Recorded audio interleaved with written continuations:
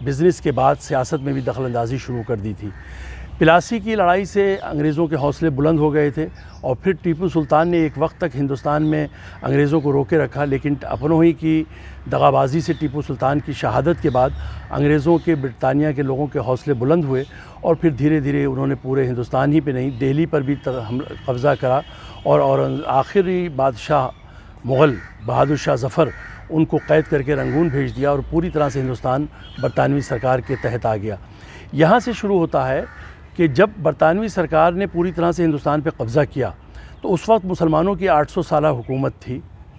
اس 800 سالہ حکومت مسلمانوں نے کھوئی تھی، تو مسلمانوں کے جو پہلے دشمن تھے وہ انگریزی تھے، برطانوی حکومت تھی، اور برطانویوں کا بھی جو ہندوستان میں پہلا دشمن تھا وہ مسلمان ہی تھے۔ تو لہٰذا ڈائریکٹ جو ان کے اختلاف تھا وہ انگریز اور مسلمانوں میں تھا۔ یہاں کی جو رعایا تھی، غیر مسلم رعایا، جس کو ہم ہندو کہہ سکتے ہیں، جس کو ہم بدھسٹ کہہ سکتے ہیں، یہ لوگ پہلے بھی مسلمانوں کے ساتھ حکومت میں تھے اور انگریزوں کے ساتھ بھی رہے۔ فرق اتنا ہے کہ مسلمانوں نے ان کو پاور شیئرر رکھا،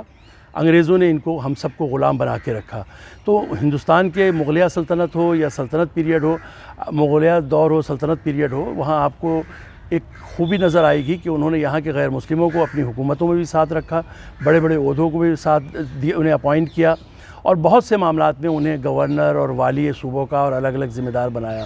اور ان کے یہاں شادی بیاہ کے رشتے بھی کیے، جس سے آپس کا اختلاف نہیں ہوا، جس سے مسلمانوں کی معیشت، مسلمانوں کی سماجیات، مسلمانوں کی سیاست کی طرف اگر دھیان دیا ان حکمرانوں نے، تو ہندوؤں اور بدھوں کی بھی معیشت، سیاست، سماج کی طرف کو ان کو بھی سدھارنے کی طرف دھیان دیا۔ اس لیے آپس میں مسلمان اور غیر مسلموں میں بڑا میل جھول تھا ہندوستان میں۔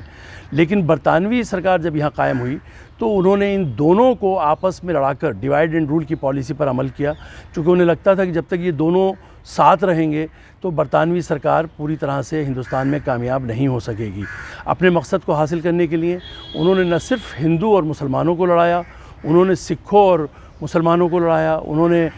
بدھوں اور ہندوؤں کو لڑایا، انہوں نے نہ صرف ہندو مسلم بلکہ مسلمانوں کو بھی مسلمانوں کے اندر نظریاتی طور پر، مسلکی طور پر ایک دوسرے کو لڑانے کی پوری طرح سے کوشش کی، اور جس کا نتیجہ یہ ہوا کہ مسلمانوں نے اپنی 800 سالہ شاندار حکومت ختم ہونے کے بعد مسلمان تیزی سے زوال کا شکار ہونے لگے۔ ہم دیکھتے ہیں کہ مسلمانوں کا نہ صرف سیاسی زوال آیا، مذہبی زوال آیا، سماجی زوال آیا، معاشی زوال آیا۔ ان چاروں یا اور بھی جس طرح سے ہم دیکھ سکتے ہیں سماج کو، ان سب کے زوال یا ان کی ابتری کا عالم یہ تھا کہ مسلمان جو کل کے حکمراں تھے وہ آج ہر فیلڈ میں فقیر یا مانگنے والے کی پوزیشن میں بن گئے اور انگریزوں سرکار کے رحم و کرم پہ جینے لگے۔ دوسرا سوال ہے کہ اگر 19ویں اور 20ویں صدی کے درمیان میں اسلام اور ہندوستانی مسلمانوں کے احیاء کے لیے اٹھنے والی وہ کون کون سی تحریکیں تھیں؟ ظاہر سی بات ہے کہ زوال اور ابتری کا عالم تھا مسلمانوں کے لیے ہندوستان میں، اور کچھ ذی ہوش، ذی شعور لوگ تھے، اور ہم جانتے ہیں کہ ہر دور میں اللہ تعالیٰ نے اپنے اس دین کی حفاظت کے لیے، اپنے اس کتاب کی حفاظت کے لیے، اپنے اس پیغمبر کے ذریعے بھیجے ہوئے میسج کے لیے ہر دور میں کچھ عالم، کچھ مجدد، کچھ صوفیہ پیدا کیے، چونکہ ہمیں معلوم ہے کہ اب رسول اللہ صلی اللہ علیہ وسلم تو دوبارہ نہیں آئیں گے اور نہ ہی قیامت تک کوئی دوسرا پیغمبر آئے گا۔ تو اس لیے اس 19ویں صدی کی ابتدا آخر اور 20ویں صدی کی ابتدا میں بھی ہندوستان میں کچھ ذی ہوش علماء پیدا ہوئے، اور جنہوں نے اپنی اپنی سوچ اور اپنی اپنی سمجھ اور اپنی اپنی فکر کے لحاظ سے بہت سارے تحریکیں، بہت سارے موومنٹ چلائے۔ کچھ سماجی تھے، کچھ سیاسی تھے، کچھ معاشی تھے، کچھ مذہبی تھے۔ تو ان میں زیادہ تر ہم دیکھتے ہیں جو تحریکات جو جن کی سب سے زیادہ اہمیت ہے ان میں مذہبی تعلیمی تحریکات تھیں، بہت نام آتے ہیں اس کے اندر۔ ہم دیکھتے ہیں اگر ہم آخری دور سے شروع کریں 19ویں، تو ہمیں یہاں محمد قاسم نانوتوی کا نام آتا ہے، دیوبند تحریک سے جڑے ہوئے تھے جو 1866 میں قائم ہوئی۔ اس کے بعد ہمیں سر سید کا نام نظر آتا ہے اور ان کے دوست، ان کے رفقا کار جنہوں نے مل کے 1875 میں مومڈن اینگلو اورینٹل اسکول قائم کیا۔ جو یقیناً بعد میں 1920 میں یونیورسٹی کی شیپ اختیار کر گیا مسلم یونیورسٹی کی۔ اس کے بعد ہم دیکھتے ہیں کہ مولانا محمد علی منگیری، شبلی نعمانی، ان کے چند اور رفقا کار کے ذریعے سے تحریک ندوۃ العلماء قائم ہوئی کانپور میں، جو بعد میں 1898 میں لکھنؤ میں باقاعدہ دارالعلوم ندوۃ العلماء کے نام سے مشہور ہوئی۔ اسی کے ساتھ ساتھ ہم دیکھتے ہیں کہ پھر 1905 میں مرکزی جمعیت اہل حدیث قائم ہوئی، جو فکر پہلے سے تھی، عباسی دور سے سلفی فکر شروع ہو گئی تھی، لیکن جماعت کی شکل میں باقاعدہ ایک جماعت کی طرح نظم اور فریم ورک کے اندر 1905 کے اندر ہندوستان میں شروع ہوئی۔ اس کے ساتھ ہم دیکھتے ہیں کہ 1919 میں جمعیت العلماء ہند کے طور پر ایک تحریک ہمارے سامنے آئی۔ اس کے بعد ہم دیکھیں گے کہ میوات کے مسلمانوں کو سامنے رکھتے ہوئے ہم تبلیغی جماعت 1936 میں ہمارے سامنے ایک 1934 میں جب تبلیغی جماعت مولانا محمد الیاس صاحب اور مولانا محمد یوسف صاحب وغیرہ نے قائم کی۔ اس کے بعد ہم دیکھتے ہیں کہ 1941 میں جماعت اسلامی ہند کے نام پر ایک تحریک قائم ہوئی، جو 1947 میں جیسے ہی ہندوستان کا بٹوارہ ہوا اور جو ایک ملک اب 2 حصوں میں تقسیم ہوا، تو یہ تمام وہ جماعتیں تھیں جو پھر 2 حصوں میں تقسیم بھی ہو گئیں۔ اب جو اس دور میں جماعتیں قائم ہوئیں، ان کو ہم 3 حصوں میں تقسیم کر سکتے ہیں۔ پہلی وہ جماعتیں جن کا تعلق مسلمانوں کی تعلیم سے تھا،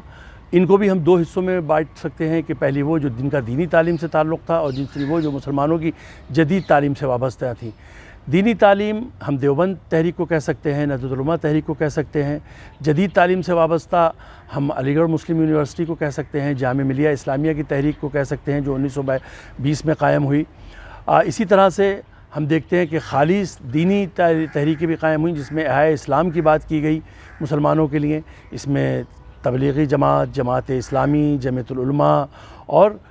مرکزی جمعیت اہل حدیث بھی تھی اس میں۔ تو اس طرح سے ہم نے دیکھا کہ یہ 19ویں صدی کی آخر اور 20ویں صدی کی ابتدا، یہ جو پورے 100 سال کا عرصہ ہے، اس کو اگر ہم یہ کہیں کہ اسلام کی احیاء اور مسلمانوں کی تعلیم کے سلسلے میں یہ ایک پوری صدی جماعتوں کی صدی ہے، تحریکوں کی صدی ہے۔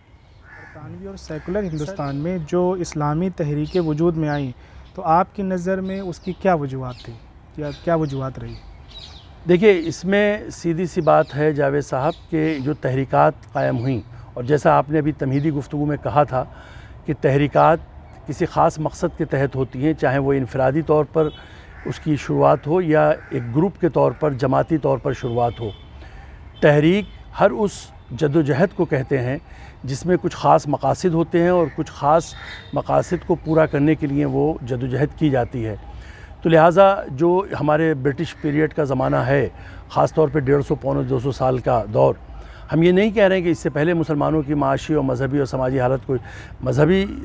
بہت اچھی تھی۔ ہو سکتا ہے کہ ہماری معاشی حالت اچھی ہو، حکمران مسلمان تھے، لیکن مذہبی اور سماجی حالت تو زوال پذیر ہو چکی تھی۔ اورنگزیب کے ساتھ ساتھ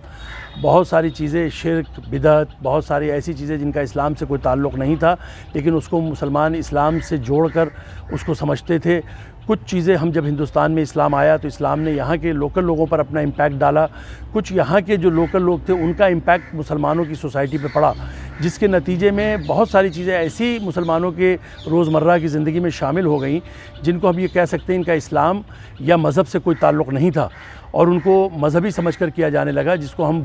بدعت کہہ سکتے ہیں۔ لہٰذا برٹش سرکار کے زمانے میں اس میں مزید اضافہ ہوا، اور چونکہ دانستہ طور پر برٹش سرکار نے، جیسے میں نے کہا کہ ہندو مسلم کو ڈیوائیڈ کیا، مسلمانوں کو آپس میں مسلکی طور پر لڑایا، اور کوشش یہ کی کہ مسلمانوں کو یہ باور کرایا جائے، مسلمانوں کے نوجوانوں کو، کہ اسلام از آؤٹ ڈیٹڈ ریلیجن، اسلام کی اب ضرورت نہیں ہے، اب ہمیں ایک نئی مذہب کی تلاش، نئی فکر حیات کی تلاش ہے۔ لہٰذا جو یورپ کا الہادی فلسفہ تھا اس کو ایک جدید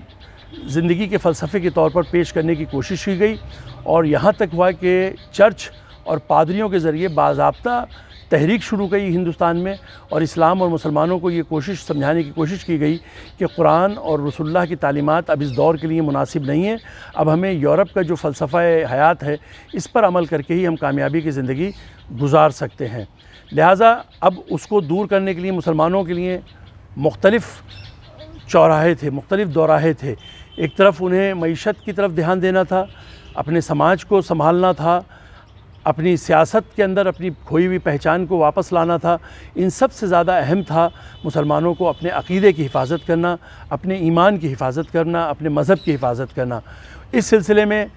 بہت سارے علماء پیدا ہوئے، بہت سارے ذی ہوش اسکالر پیدا ہوئے، اور انہوں نے کہیں نہ کہیں جس کو جو چیز زیادہ، ہم جیسے کہتے ہیں نا کہ ایک ہاسپٹل میں جائیں اور ایک مریض اگر جاتا ہے تو ڈاکٹر کو لگتا ہے جون سی بیماری زیادہ خطرناک ہے جان کے لیے، پہلے اس کی ہم دوا دیں، اس کو صحیح کریں۔ تو اسی طرح سے کسی عالم کی نظر میں آیا کہ پہلے ہمیں عقیدے اور دین کی حفاظت ضروری ہے، تو انہوں نے دیوبند کی شکل میں ادارہ قائم کیا۔ کسی کو لگا کہ نہیں، ہمیں جدید تعلیم سے زیادہ ضروری ہے، اس کے ذریعے سے ہم اپنی سوسائٹی کو بہتر بنا سکتے ہیں، مسلمانوں کو بہتر کر سکتے ہیں، تو علی گڑھ تحریک اور جامعہ ملیہ کی شکل میں ہمارے سامنے ادارے آئے۔ اور کہیں لگا کہ نہیں، ہمیں دین، سماج، سوسائٹی سب کو ساتھ لے کے چلنا ہے، تو جماعت اسلامی اور جمعیت العلماء کی نظر میں شکل میں ہمارے سامنے تحریکیں آئیں۔ اور کہیں لگا کہ خالی پہلے ہمیں نماز، روزہ یا دین، عقیدہ اور عبادت کو مضبوط کریں، تو تبلیغی جماعت کی شکل میں ہمارے سامنے کوششیں آئیں۔ تو ان تمام تحریکات کا مقصد ایک ہی تھا، میں اس پہ زور دے کر بات کہہ رہا ہوں، اور وہ صرف یہی تھا کہ اس کرۂ ارض پر، اس بر صغیر میں، اس ہندوستان میں اللہ تعالیٰ کی جو احکامات ہیں ان کا امپلیمنٹ ہو، اور انسان اللہ تعالیٰ کے احکامات کے مطابق اپنی زندگی گزاریں، چاہے وہ کسی بھی شعبے میں ہوں، سماجی ہوں، سیاسی ہوں، معاشی ہوں، مذہبی شعبے میں، ہر جگہ اللہ اور اللہ کے رسول کی جو تعلیمات ہیں، قرآن اور حدیث کی جو گائیڈنس ہے، اس کے مطابق زندگی گزاریں۔ تو ہم یہ نہیں کہہ سکتے کہ کوئی تحریک کمتر تھی یا زیادہ تھی، سب نے اپنے اپنے مقاصد کے تحت، جب ہم کبھی تحریک پر لمبی گفتگو کریں گے تو ہر تحریک نے اپنے کیا کیا نصب العین طے کیے، کیا کیا مقاصد طے کیے، اس پہ تفصیل سے گفتگو کر سکتے ہیں۔ لیکن مکمل طور پر ہم یہ کہہ سکتے ہیں کہ تمام تحریکات کا بنیادی طور پر الفاظ کچھ بھی رہے ہوں نصب العین میں، لیکن مقصد ایک ہی تھا، اس کی روح ایک ہی تھی، اسپرٹ ایک تھی، کہ اس ہندوستان کے اندر، بر صغیر کے اندر اللہ تعالیٰ کی قرآن کے ذریعے بھیجی ہوئی تعلیمات، اس کی پسند اور ناپسند کے مطابق ہم اپنی زندگی گزاریں، رسول اللہ کے بتائے ہوئے اعمال اپنی زندگی میں پوری طرح سے لائیں، اور مسلمانوں کو جو ان کا کھویا ہوا وقار ہے، جو ان کی کھوئی ہوئی شخص حیثیت ہے، اس کو پھر سے اسی مقام پر لے جائیں جہاں اللہ اور اللہ کے رسول چاہتے تھے۔ اسی سے جڑا ایک اگلا سوال ہے کہ ان احیاء اسلام کی تحریکوں نے ہندوستانی مسلمانوں پر کیا اثرات مرتب کیے؟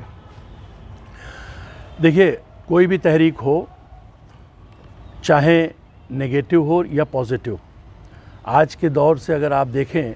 تو ہمارے ہندوستان میں، پاکستان میں بہت سی تحریکیں ایسی ہیں جو نگیٹیوٹی بھی رکھتی ہیں۔ یہ تحریکیں جن کا ہم ذکر کر رہے ہیں اور جس کے زمرے میں ہم اس وقت آپ سے گفتگو کر رہے ہیں، یہ سب تو بہرحال جیسے میں نے کہا کہ پازیٹیو تحریکیں تھیں، سب کی سب مثبت تھیں، سب کا مقصد ایک ہی تھا۔ تو یقیناً جب خرابی اور برائی کا اثر پڑتا ہے سوسائٹی پہ، تو اچھی چیزوں کا کیوں نہیں اثر پڑے گا؟ ہم دیکھتے ہیں کہ تبلیغی جماعت آج ہندوستانی میں نہیں، دنیا کا کوئی کونا ایسا نہیں جہاں پر اس کی پہنچ نہیں ہو، اور جہاں اس نے ایک بنیادی طور پر عقیدے اور عبادت، یعنی کلمہ اور نماز روزے کی جو پابندی انہوں نے کی، گھر گھر جا کر گشت کر کے لوگوں کو جمع کیا مسجد میں، ہم ان سے اتفاق کریں یا اختلاف، لیکن ان کی اس جد و جہد اور اس مقصد کو حاصل کرنے میں جو انہوں نے کامیابی حاصل کی، اس سے انکار نہیں کر سکتے۔ اسی طرح سے جماعت اسلامی نے جو ایک لٹریچر، علمی سرمایہ مرتب کیا، اور جو دنیا کی ہر زبان میں قرآن کی تراجم اور علمی سرمایہ مرتب کیا، عقلی دلائل کے ساتھ ساتھ اسلام کو ثابت کرنے کی کوشش کی، قرآن اور اللہ کی کتاب اور اللہ کے رسول کی احادیث کو جو قیامت تک کے لیے تمام مسائل کا حل بنا کر پیش کیا، اس کا مقابلہ ہم کسی دوسری جماعت سے نہیں کر سکتے۔ اسی طرح سے جمعیت العلماء نے جس طرح سے آپ دیکھیے کہ مسلمانوں کی سماجی سیاسی طور پر رہنمائی کی، اور آج کے دور میں جمعیت العلماء نے ہندوستان میں جس طرح سے غیر مسلموں کو جھوٹے مقدمات میں پھنسا کے بند کر دیا جاتا ہے، ان کی آزادی کے لیے، ان کی ضمانت کے لیے، ان کے لیے جتنی جد و جہد کرتی ہے اور جس طرح سے کامیابی حاصل کرتی ہے، یا جہاں نیچرل کلائمیٹیز، کبھی طوفان آ جائے، کہیں سیلاب آ جائے، تو وہاں پر جو مدد کرتی ہے، اس کا مقابلہ ہم کسی تیسری جماعت سے، دوسری جماعت سے نہیں کر سکتے۔ دیوبند کا جو اپنا خاص ایک دینی تعلیم کے فروغ میں جو مقام ہے، اس کا ہم کسی سے مقابلہ نہیں کر سکتے۔ ندوہ یا علی گڑھ یا جامعہ ملیہ اسلامیہ، آپ جانتے ہیں کہ بر صغیر میں تعلیمی یافتہ مسلمانوں میں اگر ایک بڑا حصہ اگر ہے جو آج کسی مقام پر ہے اس میں علی گڑھ یا جامعہ ملیہ سے اس کا کوئی نہ کوئی ربط رہتا ہے. تو اس لحاظ سے اگر دیکھیں تو ہماری نظر میں جتنی بھی تحریکیں ہیں سب نے اپنے مقاصد کو کسی حد تک حاصل کیا. اور ہندوستان میں جو بھی آپ کو آج ہم شرک سے پاک مذہب نظر آتا ہے، یا مسلمانوں کے اندر جو جدید تعلیم کا شوق نظر آتا ہے، یا مسلمان نوجوانوں کے اندر جو عبادت اور مسجدوں کے اندر ایک جو آج صرف بزرگ، مجھے یاد ہے اپنے بچپن میں 40-45 سال پہلے مسجدوں کے اندر عام طور پر بزرگ لوگ ہوا کرتے تھے، داڑیاں بزرگ لوگ رکھا کرتے تھے. لیکن اب آپ دیکھیے ادھر 15-20 سال 25 سال کے اندر ان جماعتوں کی کوششوں سے، ان تحریکوں کی کوششوں سے آج نوجوان طبقہ مسلمانوں کا لڑکا داڑھی رکھنے میں شرم نہیں کرتا ہے، شوق سے رکھتا ہے. مسجدوں میں آپ دیکھیے جوان لڑکوں کی تعداد زیادہ ہوتی ہے. حج اور عمرہ کے اندر آپ دیکھیے بڑی تعداد نوجوانوں کی ہوتی ہے، جبکہ پہلے ایک رواج تھا کہ جب دنیا میں کسی کام کے نہیں رہ گئے تب حج کرنے جاتے تھے. تو یہ ہم کہہ سکتے ہیں کہ یہ ساری جماعتیں اور یہ سارے علماء سب نے اپنی اپنی مرضی کے مطابق، جن میں جو صلاحیت تھی اس کے مطابق انہوں نے جدوجہد کی، کوشش کی، اور اس کا اثر پڑا. اور آج اللہ کا شکر ہے ہم یہ کہہ سکتے ہیں کہ دنیا میں ہندوستانی مسلمان مذہبی طور پر زیادہ بہتر ہیں دنیا کے دوسرے مسلمان علاقوں سے، دوسرے مسلمان آبادیوں سے. سر بہت بہت شکریہ. آپ کے اس گفتگو سے احیاء اسلام کی جو تحریکیں ہیں اس کے بہت سارے امپورٹنٹ پوائنٹس سامنے آ گئے. ناظرین، اب اس پروگرام کا وقت ختم ہوا چاہتا ہے. ہمیں آپ کے فیڈ بیک کا انتظار رہے گا. اللہ حافظ.